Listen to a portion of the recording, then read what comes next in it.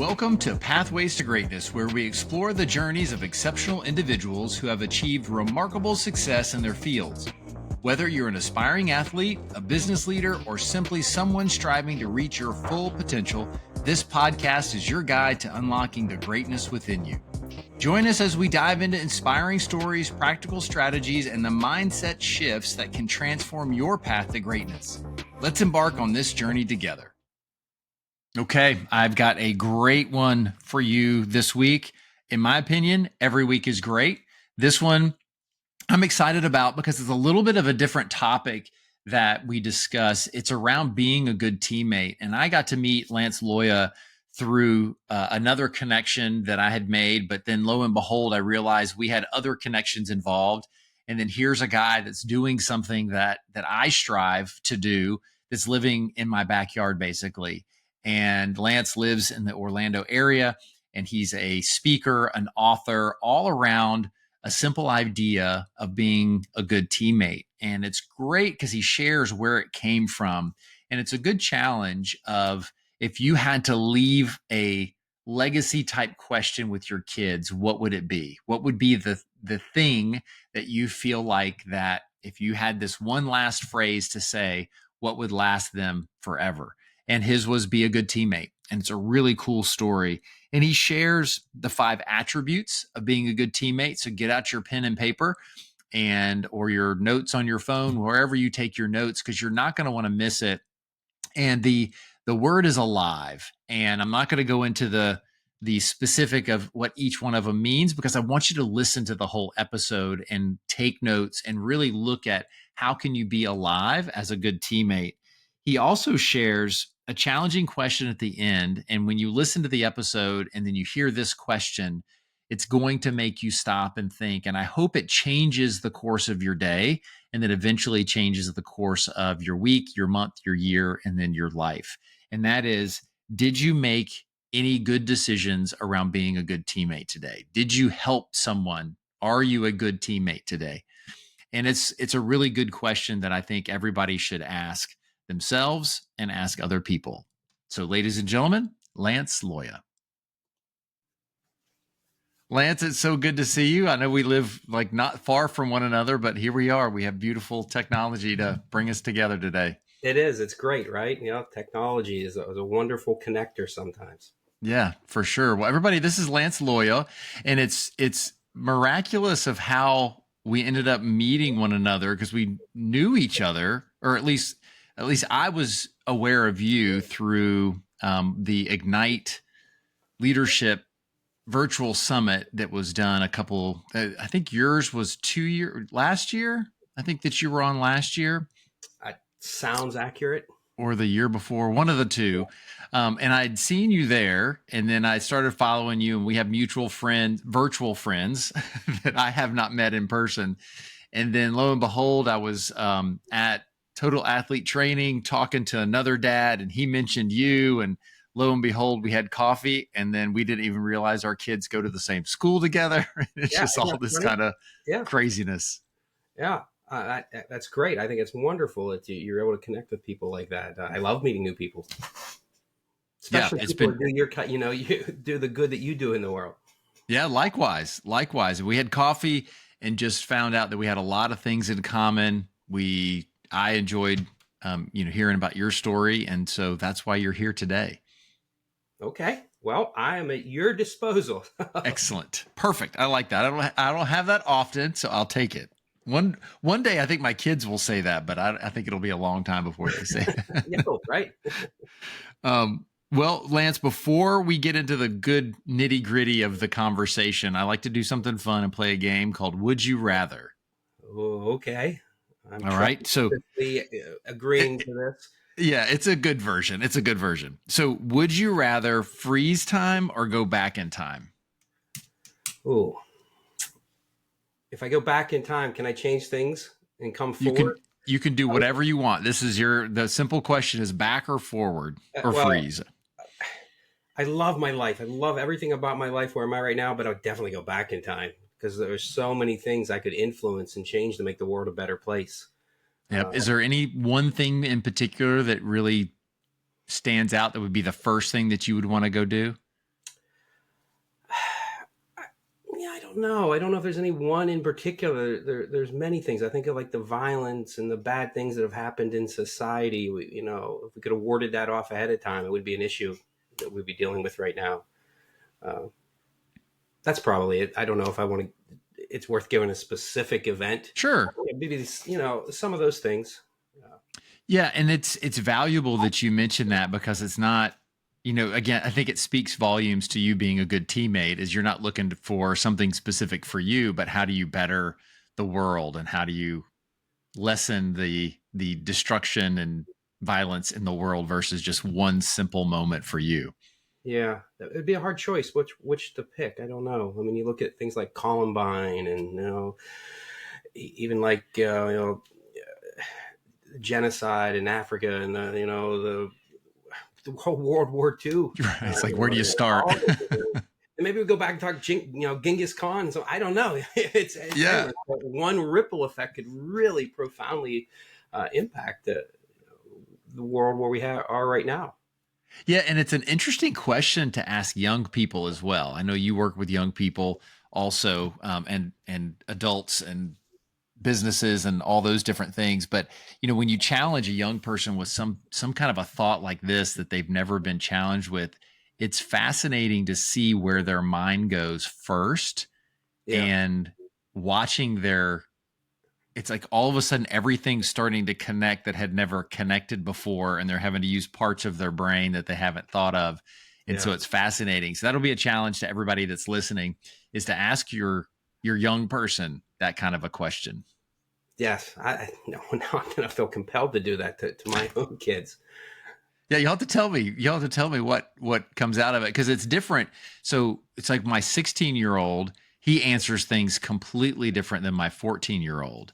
Uh-huh. And then there's times that my 14-year-old really, she gets deep in what her thought process is, and really her awareness of society blows my mind, because I had no idea about society and some of the things that she talks about at 14. Yeah, I would agree. I think I was that way when I was 14. I wasn't especially worldly. I've tried to make my daughters, more worldly, more aware of those things. So it's hard. It's hard. Right. I was naive at 20. So, well, yeah. Okay. So the next one. So would you rather live without music or TV? Well, I appreciate you throwing some softball questions up here early in the interview for me, Jeff. That's like asking me which is my daughter's my favorite. I don't know. It's hard. I like music. Music plays a vital role in my life. I write to it. It inspires me. It triggers, creativity. I love listening to music, but I love watching TV. And I think it would surprise people. I watch a lot of TV, and it's my connection to the outside world, because I'm not involved in an office setting anymore. And I'm not, entrenched in those kind of social settings. So it's important for me to stay connected to trendiness and to, other people. So when I watch TV, especially, documentaries, I feel like I can keep in touch with people. And so I would pick TV. No other reason than that. I'm a TV guy as well. So yeah, most people say that they would live without TV. I feel like that, like you, it just brings so much, and I'm a visual learner and a visual, as am I.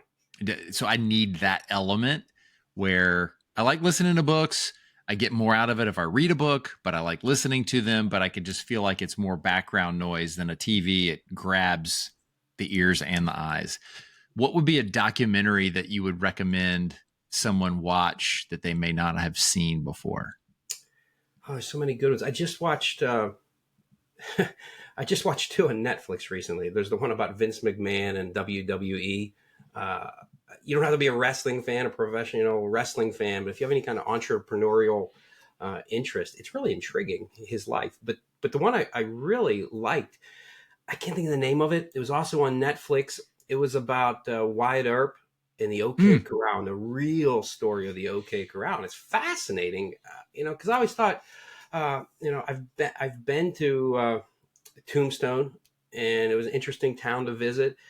But I was like, why here? It's in the middle of nowhere. Why did this one gunfight, which lasted less than a minute, became the most famous gunfight in the history of the world? It was all related to the debt that the United States had accumulated through the Civil War. And they found a silver mine there. So it was very important. So big bankers like JP Morgan were investing in that. So law and order in that area around those around those silver mines was very important. So it was a fascinating documentary to me. That's all. I started the Jim McMahon one, or Vince McMahon, and I, like you, I was just really intrigued, and so I'm eager to see the other parts of the series. And I've been seeing that Wyatt Earp one in the new release, new arrival Uh-huh. area, and I just got to click it. I really enjoy it. That my son and I just watched The Princess Bride. It's the first time he had seen that, and it was awesome. Inconceivable. Inconceivable. And yeah, I've been wanting him to watch it. He's like, why haven't you let me watch this before? I was like, it's not I've asked you multiple times and you kind of roll your eyes. And he was thinking it was going to be more medieval times kind of vibe. And he's like, I didn't know it was going to be a comedy. I was like, it's a little bit of everything. And that's what Yeah. I don't know why I brought that up, but since we were talking Well, about they TV. talk about that. They talk about Andre the Giant and that him breaking out to do that movie in the documentary. It's a fascinating storyline they have of that. Oh, So, look at that. We just tied it together. All right, here's a softball. This one's got to be a softball, but it could be controversial to some. Would you rather have pizza or tacos? Oh, I love pizza. I'm especially fond of pineapple and ham on pizza. And I know that's a very divisive choice, but I love pizza. But I've kind of been watching my diet and I've cut out pizza. So I would choose tacos because I love tacos. I don't know if they're any healthier, but I know people look down on pizza and they say it's not good for you. So I would choose tacos. Okay. Do you have a particular go-to taco that you like to order? Not especially. I like grilled chicken tacos. I like mahi mahi tacos, fish tacos. I like ground beef tacos. I like pork. Well, I think you're getting the point. Yeah, Like shrimp exactly. kebab, shrimp. Yeah, I love tacos. Do you have a favorite local place? Oh, I have a lot, and I'm so hesitant to give away just one because I'll shun another. But I do have some favorite ones. There's a new one. It is a Texas-based franchise that recently opened up in our neighborhood. Torchy's Tacos. Mm-hmm. I really like Torchy's, but Yep. there's so many of them. We're blessed with having a lot of great Mexican restaurants in our area that I really like.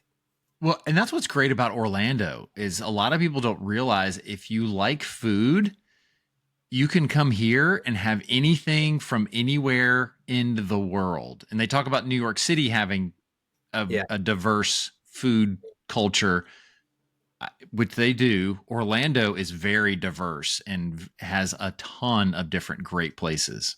I say that to people all the time. You know, you think of Orlando, all the amusement parks and the fun Disney Universal attractions. And Orlando has, I can't remember which it is. It's either the most hotel rooms or the most hotels, the second most in any city. One Las Vegas has like the most hotel rooms, but Orlando has the most hotels. It's one of the two.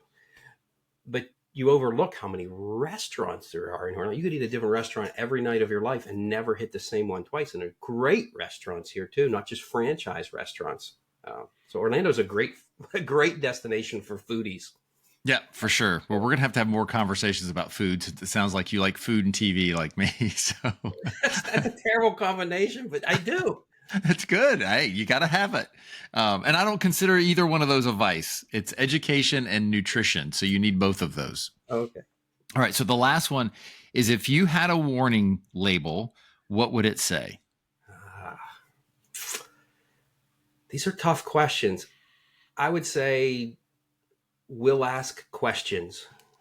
Lots of questions. I'm naturally a curious person. I am the worst person to sit beside on an airplane. I don't especially like talking about myself, but I love learning about other people and hearing other people's stories. So my curiosity can get the best of me sometimes. So that's it. Warning. We'll be curious. We'll ask questions. That's a great one. Well, Lance, thank you for doing that. And I do that just to get the wheels turning and the mind lubricated, so to speak. And it also gives the audience a bit about you and who you are and a connection point, which I enjoy because like you, these questions have been a ton of fun for me as I've done this podcast. And I started the podcast in 2023, and I was looking for a reason and I needed a nudge. So somebody gave me a nudge, and I thought, okay, what would be a good topic? And that's where I came up with Pathways to Greatness, because Ooh. so many people have different definitions of greatness, Mm-hmm. and everybody has a different pathway on that road and that journey to greatness. And so I wanted to bring people on like yourself to share what your definition is, but also how to navigate that pathway. Because what I ultimately want to do is inspire people, motivate people to not quit. I want them to continue on, because everybody's pathway is not linear. It's not a point A and point B. It's ups and downs and twists and turns. And so some people at certain points of the day, including me and of the week, we need help. We need that idea of what we can do. And so that's why I've gotten so much out of this podcast, is to talk to people like you and to hear your story and your wisdom as well. So with all that being said, what would you say your definition of greatness is? I would say greatness is it's the perpetuation of excellence. It's exceeding your own yeah, your own potential, your own expectations. It's funny though, Jeff. I don't use the word great a lot. I mean, people often say great teammate, and I don't deal in greatness. I deal in goodness, and I think it's a mistake. And I make this very clear to leaders I talk to. When they use the word great teammate, they're doing themselves a disservice. And my research, my data supports that idea.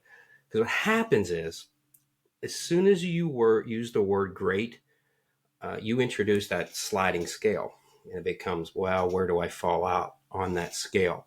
And the other thing, for many people, that word great is overwhelming. It's like, I'm never going to be great. So it immediately triggers something psychologically. They don't even want to try it. It's not even worth the attempt. I can't be great. Good, on the other hand, it's a very attainable word. But good is also binary. It's black and white. It's an on-off switch.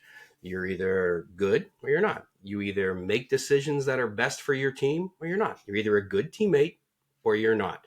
And that premise, I mean, the reality is that premise, making that daily choice, leads to greatness. Now that is the path to greatness. Making that consistently making that choice every day. Yeah, I had not thought about good being binary, and so I appreciate you bringing that up. And it generates thought in the sense of, how do you get people to think differently? Because, like me, they may not have ever considered the word good as being binary. So once you see that light bulb go off and they realize and understand what you say, how do you help them then navigate that journey of correct labeling, I guess would be a good phrase? Well, I think it's awareness. I mean, I didn't just reveal anything, some great epiphany. It wasn't this deep, insightful concept. I all I did was share what I learned, what I've discovered with you, and it connected with you. It clicked, like, oh, I never thought of it that way. Now I've got you to think of it that way. Now the next step is I need to head you, motivate you, inspire you to take a introspective look at yourself. Well, do I do that? That self-awareness. Now you got to look inwards. Am I good? Well, maybe I go bargain shopping. And here's what happens. I used to live in Pennsylvania, and there was this bizarre sign they had at every point of entry into the border of Pennsylvania. It was this big sign the state had put up, welcome to Pennsylvania. Then, like a quarter of a mile down the road, they had this big green sign. It listed all the speeding fines. So if you went like 56 miles an hour to 59 miles per hour, the fine was going to be, I don't know, like $43. But if you went 60 miles an hour to 64 miles an hour, the speed was going to be $109. And everybody looked at that sign like, well, I'll go bargain shopping. I can risk going that speed, but I'm not going to go over 70 because I can't afford that. When you say the word greatness to people, they tend to do that. Well, I'll get his back if he gets mine. Or I will be loyal and I'll do this, but I'm not doing that. And as soon as you start going bargain shopping, you get away from that premise of greatness, the premise of being a good teammate, which is you make decisions that are best for your team. And it's that simple premise. Yeah, and what's great, and I hope everybody heard what Lance shared, is because a good decision can make an epic impact on a group. And it's just, if everybody just makes a good decision, like you had shared about going back in time, if you could help people make good decisions and the right decision that's going to impact others in a positive way, that's going to have a lasting ripple effect that goes on well beyond and into your legacy. There's a stigma with that too, because we're conditioned, especially people in competitive environments like sports and in sales, because you're supposed to go from good to great. That's the expectation. Why settle for good when great is attainable? And there is a lot of truth to that, and that is a noble endeavor. But to just start out and say, I'm going to be great, and you're going to strive for that right off the back without putting those, premises in place, those benchmarks in place for how you first be good, you're never going to be great in any capacity, in any endeavor. So, how do you help people define good? Because when you mentioned that, I was actually thinking of that question of, well, first we've got to all agree on what good is. So, how do you help people see that? Well, it's a very specific question, because if how do I define good in terms of being a good teammate? And that's, my world revolves around that basic concept. I'm completely immersed in it. And you need some kind of, some kind of a matrix, some kind of a metrics to measure what is good. So my story is, once I decided, I wrote this silly little book for my daughters when they were children it was called Be a Good Teammate. And all it was ever meant to be was a bit of last advice and say something bad happened to dear old dad. I was on a plane ride. We hit a bad storm, got a bunch of turbulence, and it scared me. And I was worried that the plane was gonna, and that was gonna be the it for dad. So I wanted to leave some kind of last advice for them that would set them up for a happy life and a successful life. And I decided, just be a good teammate, because if you're a good teammate, you're always going to have a support network. People will always want to be around you. You always have friends, somewhere to go for Thanksgiving. If you're a good teammate, you're always going to have financial security. Companies will always hire unselfish people. And if you're a good teammate, you're always going to have purpose in your life. It's something that drives you to wake up and be excited about your day.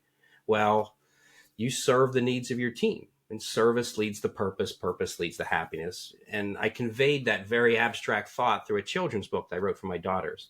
And as that book made its way out into the world, I started to really appreciate how impactful that simple phrase could be a good teammate. And it set me out on this journey of discovery for what does it mean to be a good teammate. In the beginning, I started interviewing professional athletes and coaches, and I moved on into the education world, and I started interviewing teachers and principals. And then I went into the business world and started interviewing sales teams and team leaders. Eventually got to the point where I'd go to Chick-fil-A. I'd walk in, I'd find that plaque that they have for their teammate of the month, their employee of the month. I'd find that employee.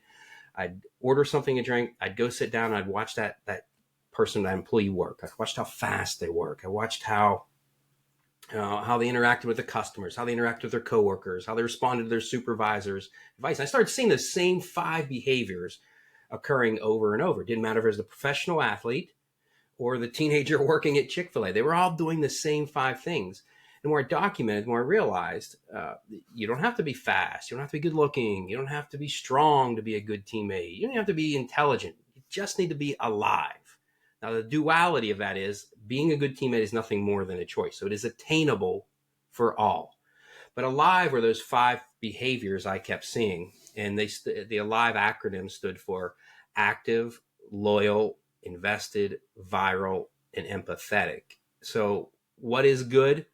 Good is checking off each of those 5 boxes. If you're consistently doing that, and you are consistently, when you come to those clutch moments in your life, shifting from me to we, and you're making your decisions on what's best for the team instead of what's best necessarily for you as the individual, then you are a good teammate. Anything less than that, you're just not.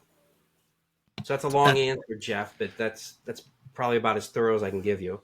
That's a perfect answer. And I was going to ask you to go into sharing how you came up with the whole concept to be a good teammate, because that was one of the things when we had our conversation that really resonated, because I hadn't thought about what's that message, what's that legacy that we would leave someone. And, to use the conversation that we had, is a lot of people say, I love you, those type things, and which is great. There's nothing wrong with that. But does that perpetuate them into what's necessary to be good, functioning adults and members of society? It can. Be a good teammate is one of those things that can resonate and build a legacy, not just for you, but for them, and to continue on generationally as it goes. I really like the acronym. And so what I would appreciate, because I'm curious, is could you define what each one of those words means for the audience, so that way they understand what does really alive mean to them, and then how they can use that in their everyday life? Sure. I'll give you a brief definition. If we need more clarity, I'll defer to you to ask for more. All right. So A is active. People are active, or people of action. When they see a problem, they don't blame, shame, or complain. They act. They do something about it. You don't hear them saying things like, it's not my job, it's not my responsibility. If it affects the team, it affects them. So they do something about it. L is loyalty. Loyal is an incredibly misunderstood virtue, because a lot of people think of loyalty as being, I will get your back if you get mine. But that's not loyalty. That's bartering. Loyalty is your commitment to something greater than yourself. A good teammate will get your back, whether you've got theirs or not, whether they like you or not. They will get your back. Why? Because that's what's best for their team. Invested. Now, when I first started documenting these behaviors, I initially referred to this behavior as interested, because I thought that's what people do. I mean, Jeff, did you have a favorite teacher growing up? I did. Who was it? It was Mr. Miner. And what's interesting about him, he was my geometry teacher and math teacher, is I did not appreciate him at the time. And we butted heads because I didn't want to do the work. But when I graduated high school, and then I got into community college, and I had my first math class, I remembered what he had shared, and I remembered what he had taught me. And that's when you say the word invested, is because he had a passion for his job and for teaching other people math. And he was dedicated to it, and he wasn't going to not teach me because I kept pushing back on him. Most people, and I'm sure we would arrive at this if I kept pushing it, but for the sake of expediency, would you agree that you would eventually say, if I said, why is he your favorite? You would say, because he took an interest in me. Yes. And he started, and that's what great mentors do. But you already hit it here, that he didn't just take an interest in you. Because when you're interested, you ask questions. You want to know how homecoming went. You want to know how you did a math test. How's your sick Aunt Jane doing? When you're invested, you do all those things that an interested person does, plus one more crucial step.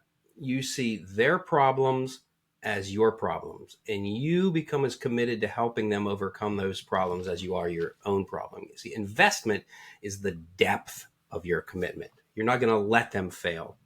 And then viral, well, geez, to younger generations, viral, the word viral is taken on a much different meaning. It often equates to popular, as in, that YouTube video got so many likes it went viral, or TikTok got so many views it went viral. But before pop culture hijacked the term, viral had a much different meaning. It meant to spread, like a virus. And that's the definition applies to the art of being a good teammate. It's when a good teammate walks into the room, they're aware of emotional contagion, and their positive attitudes, and their positive energy, and their enthusiasm spreads to others.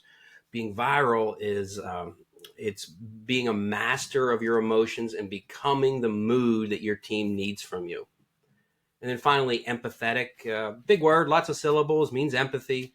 People confuse sympathy and empathy. Sympathy is when you feel bad for somebody else. Empathy is when you feel what it's like to be somebody else. Empathy can lead to sympathy, But empathy can also lead to tough love and drawing the line in the proverbial sand and holding each other accountable. What empathy really is practicing a degree of self-awareness and considering what it is like to be your teammate. So you think about how your actions impact others, and you put yourself in their position. I like to say that good teammates have a rule: they don't criticize before they empathize. And those are the 5 behaviors in a nutshell. Yeah. And so for the audience, we have A is active, L is loyalty, I is invested, V is viral, E is empathetic. And when I look at these, that we'll use viral because we talked a little bit more about A, L, and I, and then viral is to spread. I feel like so many, and I'm interested in your thoughts, is those people who have that positive energy that spread the energy across the team are most times taken for granted until they're removed from the team and people don't realize the true impact that they had. What are your thoughts about that? Oh, I think it's so very true. Um, and you see it on sports teams all the time when free agents get traded. They're not maybe the highest statistical player, or they don't have anything profound about them statistically, but you realize how much influence they had over the personalities in the locker room. And it was their willingness to suppress their own individual agendas that made the team successful. You see it in sales teams all the time. There's a great episode. You ever watch you said you watch TV. You watch this, the show Suits? I've watched a couple episodes, but not all of Well, the them. basic premise: it's a law firm, a big law firm in New York City, and they have to trim the fat. They've got to cut back, so they're going through and they're evaluating their young lawyers, their first year lawyers, and they've got to get rid of some of them. So they decide, well, how are we going to do it? And they start looking at their marketing, their bankable hours and stuff, and how much money they're contributing to the firm. And they end up firing this one very likable uh, young lawyer because he's not bringing enough money. As soon as he goes, all the other employees, they start fighting. There's drama. There's all these problems. Their billable hours start going down. And they realize, well, where did he sit? That employee they let go sat right in the middle of all of them. He was the connector, and he influenced them, and his personality and his influence elevated the performance of the team. And they realized, all right, his bankable hours are down individually, but on the aggregate, our firm is doing so great because of how he conducts himself. So that's viral in a nutshell. Oh, that's a wonderful example because it's a challenge to everybody that's listening is don't just look at things on the surface because until they removed that out of the equation, they would say that they couldn't measure that. Once they removed it, then they can measure it. And so many times in sports and in business, we just look at the data and just Mhm. try to figure out, well, what does the data say? Well, they don't have as many bankable hours. Nice guy, but we got to move on. But then what is the after effect? What is the intangibles that aren't measurable? And I feel like in society we've gotten almost too focused on KPIs, so key performance indicators that we measure, that we miss the true value of someone and what they bring. And this is also a challenge to people is when you're thinking about it. I've told this to many people is be such a good teammate that people take you for granted, that they don't see the little things that you do on a daily basis, that if you weren't there, that they would miss that. And I use that at home. I try to like not hold things over people's head of, well, I did this and I did that and have my to-do list. It's just Uh-huh. do it. And because it's part of being a good teammate and a good family member is just to do your part without complaining. It's so very true. Um, and I don't know if where do you want to measure your life? When you look at someone who's lived a long life, and if you deal with any kind of hospice care people, there's some great books out there on the topic. When they look back at their life, what regrets do they have?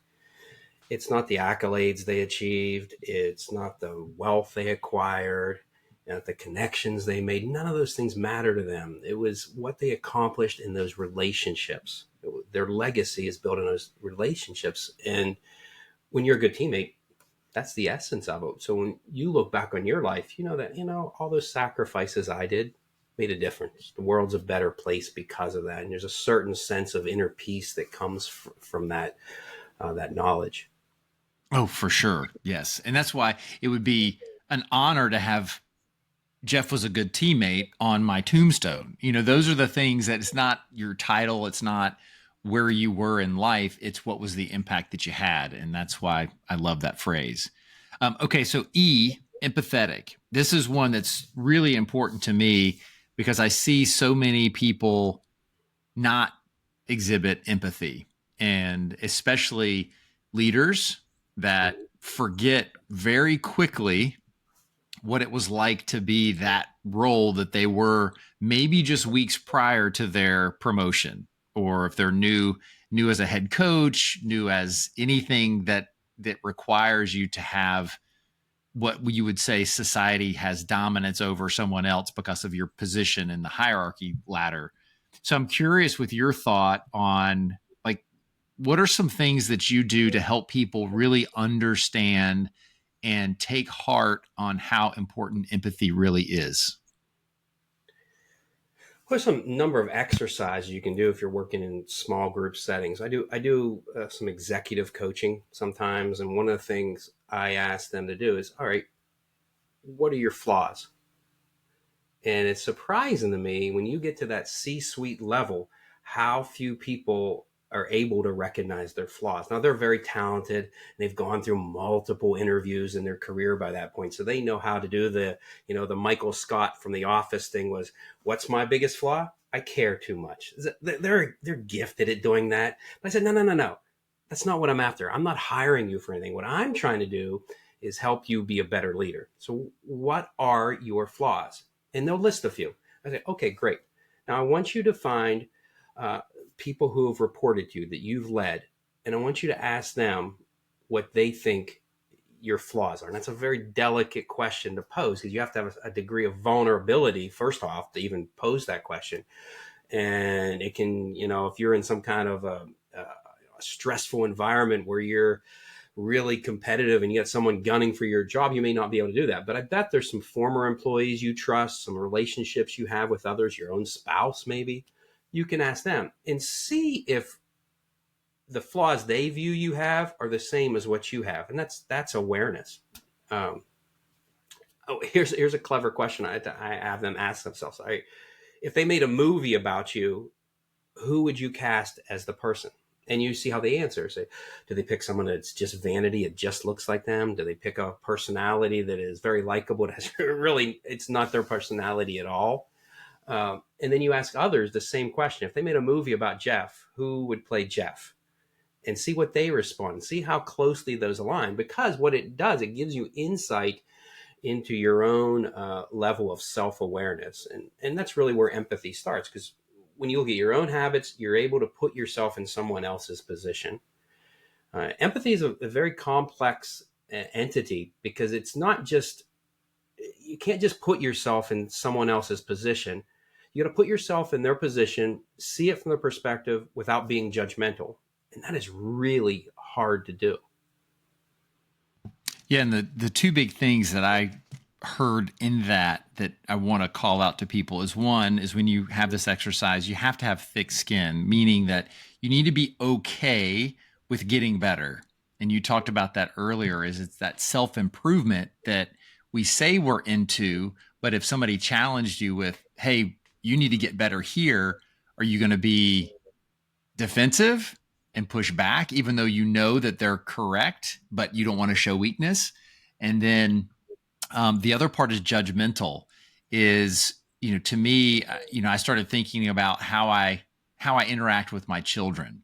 Do I judge my children, or do I try to be corrective towards my children? And I feel like many times in my life, I was judgmental left and right to people outside of my family unit, but inside my family unit, I was corrective. So then I started thinking is, well, when I judge people, I think lesser of them. I think that, well, like, how could they make that decision? Which I still do. I'm guilty.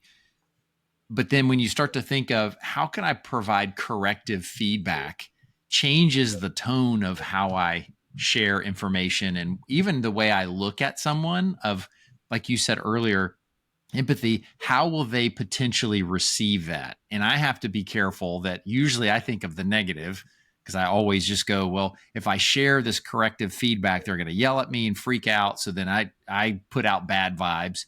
Then I think Right. about, okay, well, what if I share this way and it's received well and they ask me more questions? Am I prepared to answer and help them in that path to self-improvement? So it's created a lot for me, and I'm glad that you brought up those two words, because they mean a lot. What for you, what does that judgment mean for you?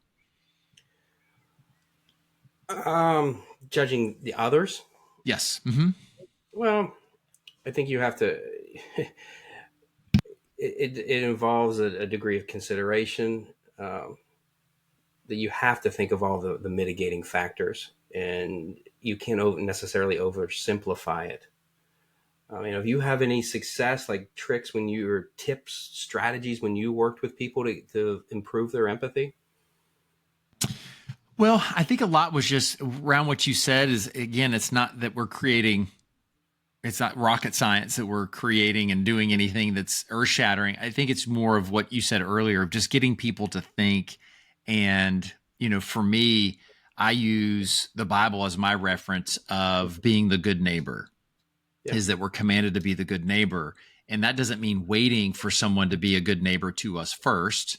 It's how do we be that good neighbor? So are we helping someone, or are we trying to hurt someone and not be the good neighbor? And the golden rule, how would you want to be treated? So that's how you're supposed to treat others.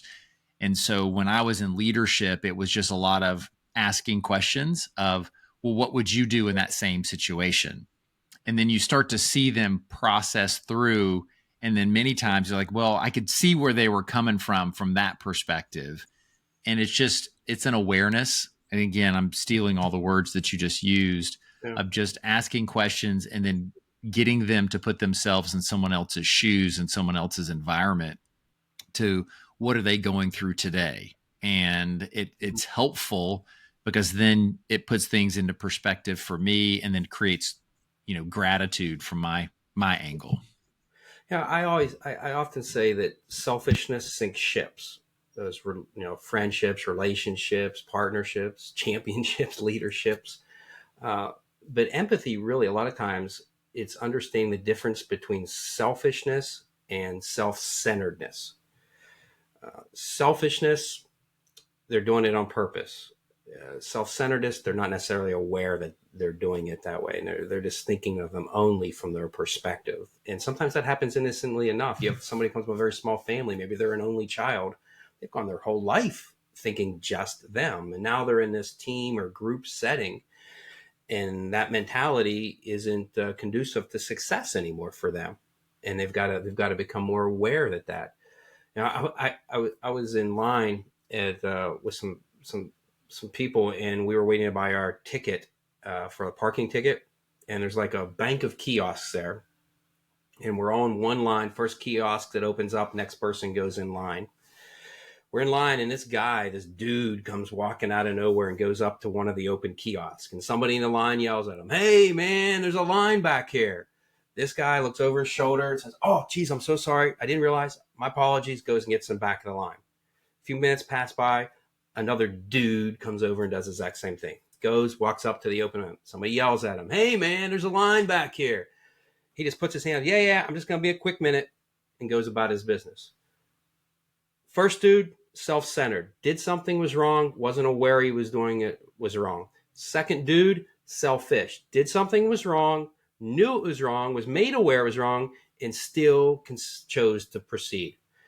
As a good teammate and as a leader of a team, one of your primary responsibilities is to be deciphering the difference between those two, because where it matters is how you approach them. If it's selfish, you've got to draw very strict lines that it's not acceptable here, and there's very strict consequences for that. If it's self-centered, if I said it right, selfish, draw the line. Self-centered, you've got to create awareness. Hey, probably didn't think about this. I don't know if you've considered this, but, and then maybe we got to proceed. We got to think of that going forward. And your approach to that, if you misapproach it, you approach it the wrong way, you're never going to create a team of good teammates. Man, that is gold right there. And I hope people heard what you said is it's all in the approach, whether you're the leader or you're just another teammate, that you have to look and diagnose and audit the situation to make sure that you're approaching it the right way. Where I see many people just approach every situation exactly the same way, which works maybe 50% of the time. And the other And, 50% of the time, you've created a problem. and sometimes that's the difference between being a leader and being a manager. Managers are trying to apply consistency. They want a blanket policy for everybody because it's easy for them.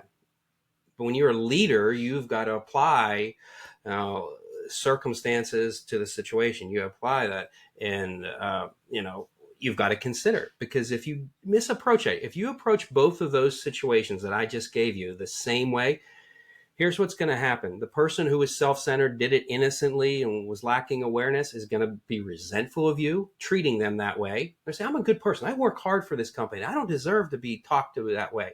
And they're going to resent you. And there's going to be a fracture in your relationship with them. You're not going to build a bond approaching that the same way.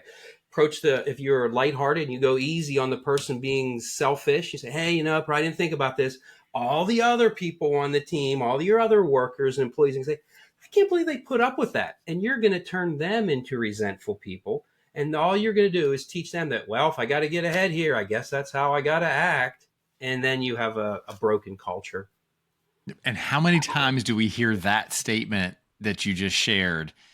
That last one is, well, I guess that's acceptable. That's acceptable, attitude and what they're doing. And so I'm just going to do it now. And like you said, then it just turns everything over wrong, or it's the being so overbearing and yelling at everybody that the good people are like, I'm out of here. I can't operate in this. I can't make a mistake because I'm going to get it yelled at. Yeah. I mean, there has to be consistency, and you want consistency, but the consistency has to come from, we want good teammates. We expect you to be good teammates. We do what's best for the team. That's our consistency. Our approach to gaining that consistency is going to vary. That's leadership. For sure. It's customizable. Yeah. It's not Yeah. a one size fits all. But like you said, but the definition of being a good teammate, there's above the line attitude and what you do and how you show up, and there's below the line. And I feel like that is definitely one of those things that you can get a group of people to agree upon. So then that way you start to create good, positive culture. Well, you said something a little while back and made me think of this, and the conversation kind of shifted. We didn't have time to go into it, but I was thinking about, the number one question I get asked after I speak to an audience and we ask for questions, and it doesn't matter if it's a college football team or it's a sales team at a corporate event.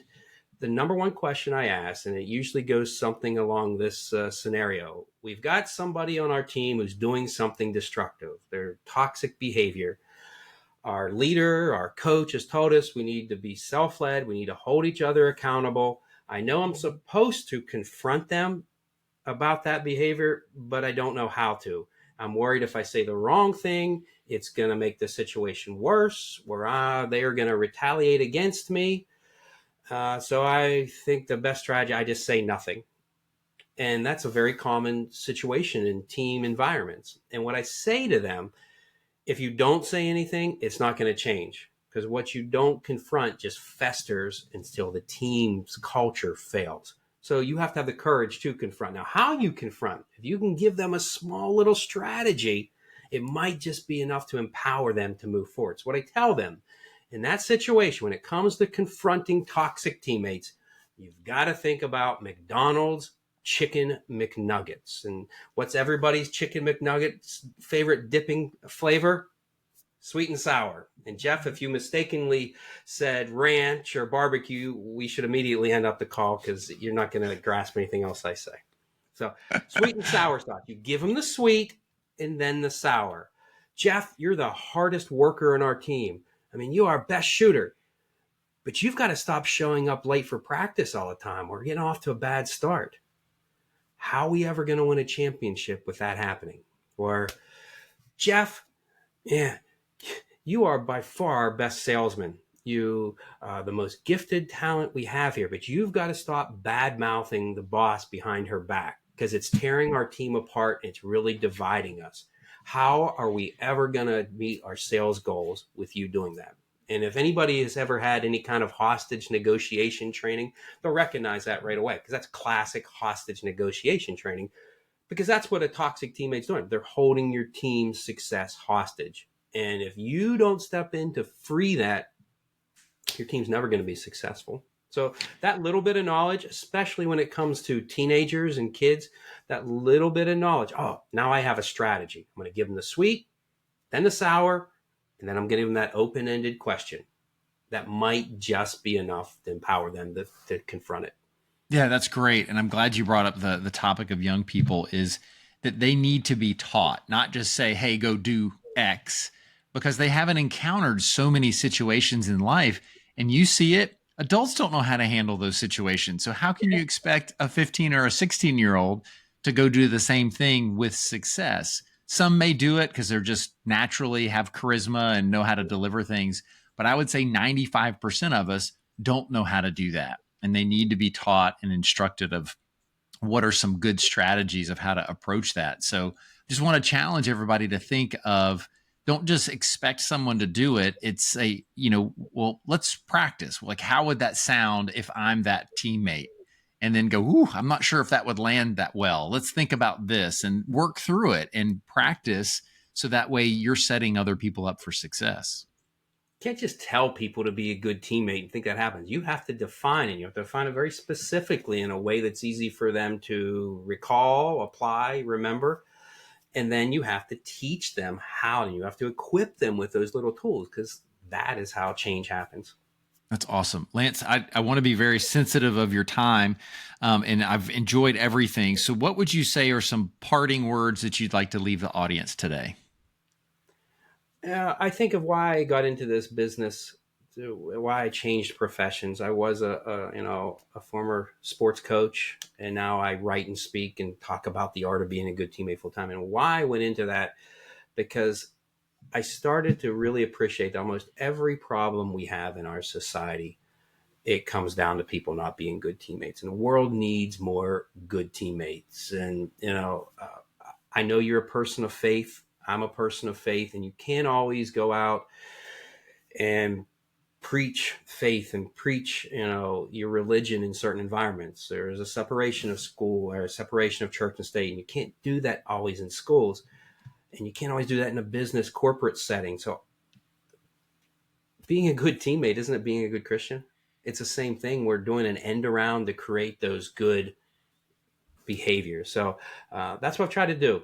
At the end of the day, when my daughters were younger and they came home from school, and I'll leave you with this parting story. When they came home from school, I would always ask them the same three questions every day.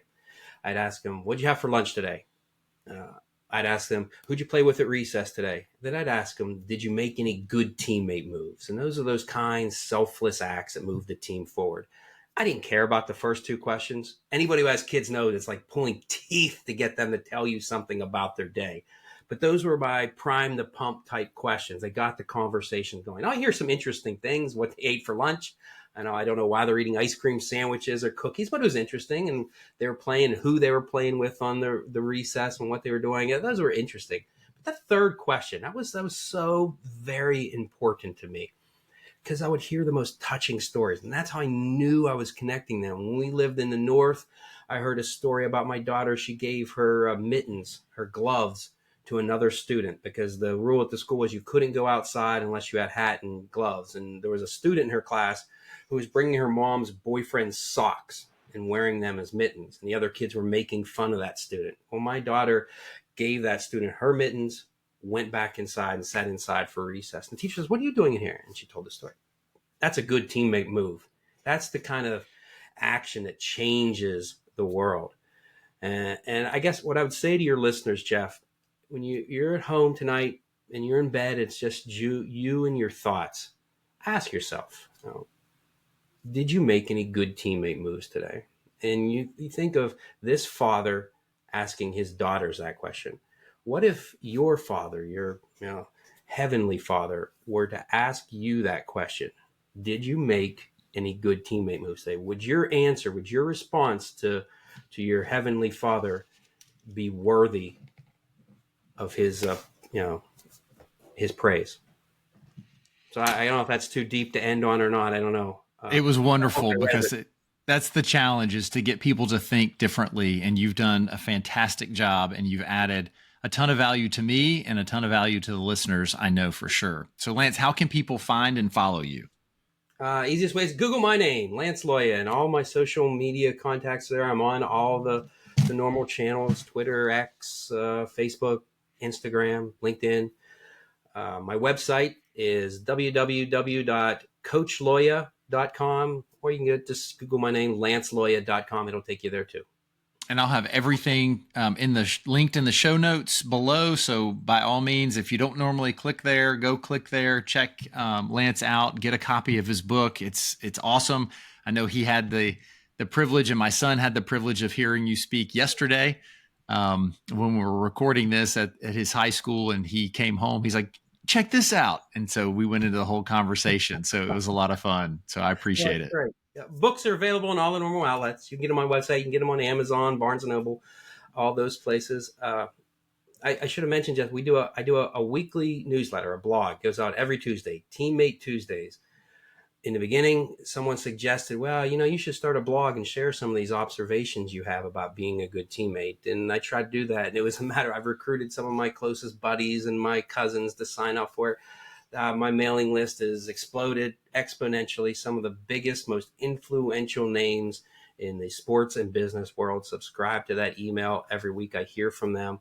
It's just loaded with ideas that will compel you to think about A, what kind of teammate you are, and B, how can I inspire the other members of my team to be a good teammate? So go subscribe to that blog. That's awesome. Well, Lance, hang on a second. Everybody, be a good teammate. It's Lance Loya. Thanks for joining us on the Pathways to Greatness podcast. We hope that today's conversation inspired you to take steps towards your own greatness. Remember, every journey starts with a single step. If you enjoyed this episode, please subscribe, leave a review, and share it with someone who might benefit. Actually, share it with 3 people that you might think it might benefit. Until next time, keep pursuing your passions and carving your own path to greatness. Take care.